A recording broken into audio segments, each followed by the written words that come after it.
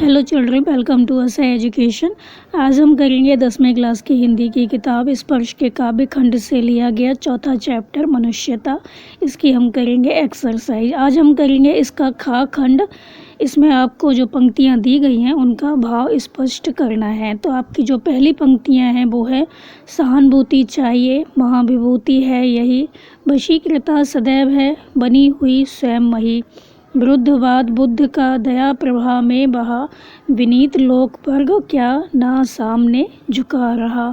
तो इसका क्या भाव होगा? तो जो कवि हैं वो यहाँ पर क्या कहते हैं कि कवि ने यहाँ पर सहानुभूति को मनुष्य की सबसे बड़ी पूंजी माना है। तो जो कवि हैं वो यहाँ पर यही कहते हैं कि जो सहानुभूति है वो मनुष्य का सबसे बड़ा धन है। इसी के कारण जो मनुष्य होता है वो महान बनता है, उदार होता है और सबका प्रिय बन जाता है, क्योंकि यही गुण मनुष्य को महान, उदार और सबका प्रिय बनाता है। तो इसी के कारण सारी दुनिया जो होती है मनुष्य के वश में हो जाती है। जो मनुष्य दूसरों के प्रति सहानुभूति रखता है उस वजह से क्या होता है, सारी दुनिया मनुष्य के वश में हो जाती है और दूसरों के साथ दया, करुणा और सहानुभूति का व्यवहार करके जो धरती होती है उसको वश में किया जा सकता है। पूरी पृथ्वी को जितने भी लोग हैं यहाँ पे उनको वश में किया जा सकता है। तो जो कवि हैं वो कहते हैं कि वही महान विभूति होते हैं, वही महान लोग होते हैं जो दूसरों को सहानुभूति देते हैं। तो बुद्ध ने क्या किया था, करुणावश उस समय की जो पारंपरिक मान्यताएं थी उनका विरोध किया था। तो विरोधी जो लोग थे जो कि बुद्ध को अच्छा नहीं मानते थे, जो उनके विरुद्ध थे, उन्होंने भी उनकी बातों को माना था। तो जो पारंपरिक मान्यताएं थी उनका विरोध उन्होंने इसलिए किया था क्योंकि ये सभी के लिए अहितकारी थी। तो जो विरोधी लोग थे उन्होंने भी उनकी बातों का समर्थन किया था। तो उदार वही होता है जो परोपकार करता है, दूसरों का उपकार करता है, दूसरों का हित करता है, जो मनुष्यता के काम आता है, दूसरों के काम आता है, सबके लिए जीता मरता है।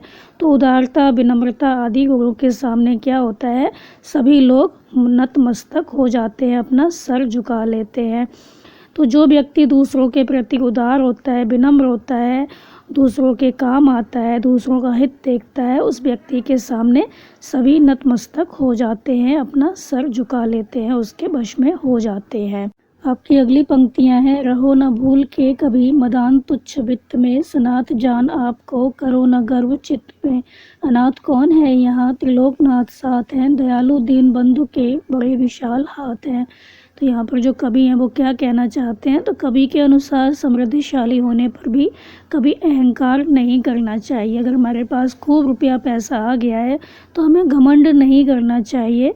तो कवि का कहना है कि यहाँ कोई भी अनाथ नहीं है, क्योंकि जो ईश्वर हैं वो ही हमारे कौन है, परम पिता हैं। बनाने वाला कौन है, ईश्वर। तो जो बनाता है वो कौन हुआ, हमारे पिता हुए। तो धन और परिजनों से घिरा हुआ मनुष्य स्वयं को सनाथ अनुभव करता है। तो जिसके पास बहुत धन दौलत होती है, जिसके पास भाई बंधु होते हैं, आसपास लोग होते हैं, तो वो ये समझता है कि वो क्या है, सनाथ है। इसका परिणाम ये होता है कि वह स्वयं को सुरक्षित समझने लगता है। उसको लगता है कि मेरे आसपास तो बहुत सारे लोग हैं, तो वो अपने आप को सुरक्षित समझने लगता है। तो इस वजह से क्या होता है, वो अभिमानी हो जाता है, उसको घमंड आ जाता है। तो कभी कहते हैं कि सच्चा मनुष्य वही है जो इस संपूर्ण मानव जाति के कल्याण के लिए मरता और जीता है और आवश्यकता पड़ने पर दूसरों के लिए अपना सब कुछ बलिदान कर देता है। तो भगवान सारी सृष्टि के क्या हैं, नाथ हैं, बनाने वाले हैं वो। तो जो भगवान हैं वो सभी के क्या हैं, संरक्षक हैं। उनकी शक्ति अपरंपार है, उनके पास अपार साधन है, तो वो सबकी रक्षा करने में समर्थ हैं। तो जो भगवान है अपने अपार साधनों से सबकी रक्षा और पालन करने में समर्थ हैं। तो जो कवि हैं वो कहते हैं कि वो प्राणी भाग्यहीन है जो मन में अधीर है, अशांत है, असंतुष्ट है और अतृप्त रहता है। तो उनके अनुसार वही मनुष्य क्या है, भाग्यहीन होता है। ऐसा नहीं है कि जिसके पास बहुत धन दौलत तो बहुत सुखी है वो, तो वो मनुष्य भाग्यहीन है जिसके अंदर क्या होता है, धैर्य नहीं होता, जिसका मन अशांत रहता है, जो और पाने की लालसा में इधर उधर भटकता रहता है, जो असंतुष्ट है, किसी चीज़ से संतुष्ट नहीं होता, जो किसी भी चीज़ से तृप्त नहीं होता, किसी को संतुष्टि नहीं मिलती बहुत कुछ मिल जाने पर भी। तो वो व्यक्ति भाग्यहीन होता है और अधिक पाने की लालसा में वो क्या करता है, इधर उधर भागता फिरता है, मारा मारा फिरता है। अतः व्यक्ति को समृद्धि में कभी अहंकार नहीं करना चाहिए।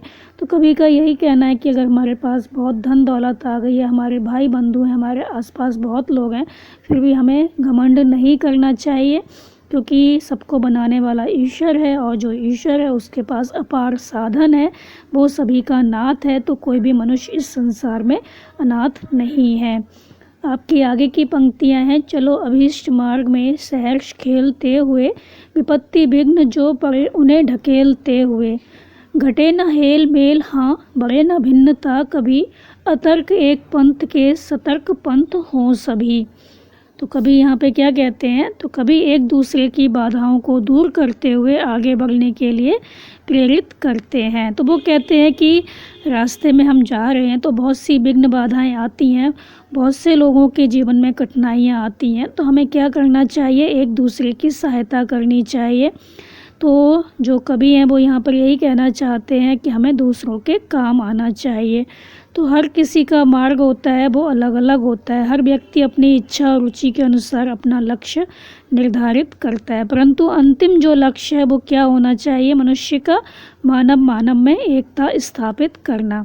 तो अपने जीवन लक्ष्य को प्राप्त करने के लिए हंसते खेलते आगे बढ़ो, रास्ते में जो भी विपत्ति आए उससे विचलित हुए बिना अपना लक्ष्य प्राप्त करो। तो जो कवि हैं वो यही कह रहे हैं कि रास्ते में अगर कोई भी विपत्ति आती है, विघ्न बाधा आती है, तो हमें उससे विचलित नहीं होना चाहिए, हमारा जो लक्ष्य है उसको प्राप्त करने में लगे रहना चाहिए।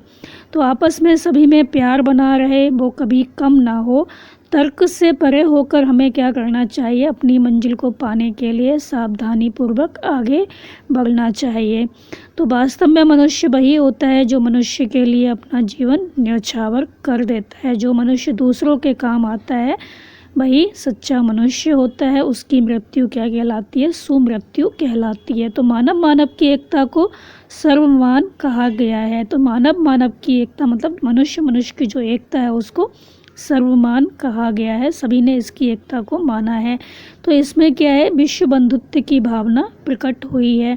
तो इन पंक्तियों में जो कवि हैं वो यही कहना चाहते हैं कि हमें क्या करना चाहिए, सारा विश्व हमारा परिवार है ये सोचकर चलना चाहिए और सभी की सहायता करनी चाहिए। रास्ते में कोई भी विघ्न बाधाएं आती हैं उनका हमें डटकर मुकाबला करना चाहिए और अपने लक्ष्य को प्राप्त करने के लिए हमेशा आगे बढ़ते रहना चाहिए। रास्ते में कोई विपत्ति आती है उससे घबराना नहीं चाहिए, विचलित नहीं होना चाहिए।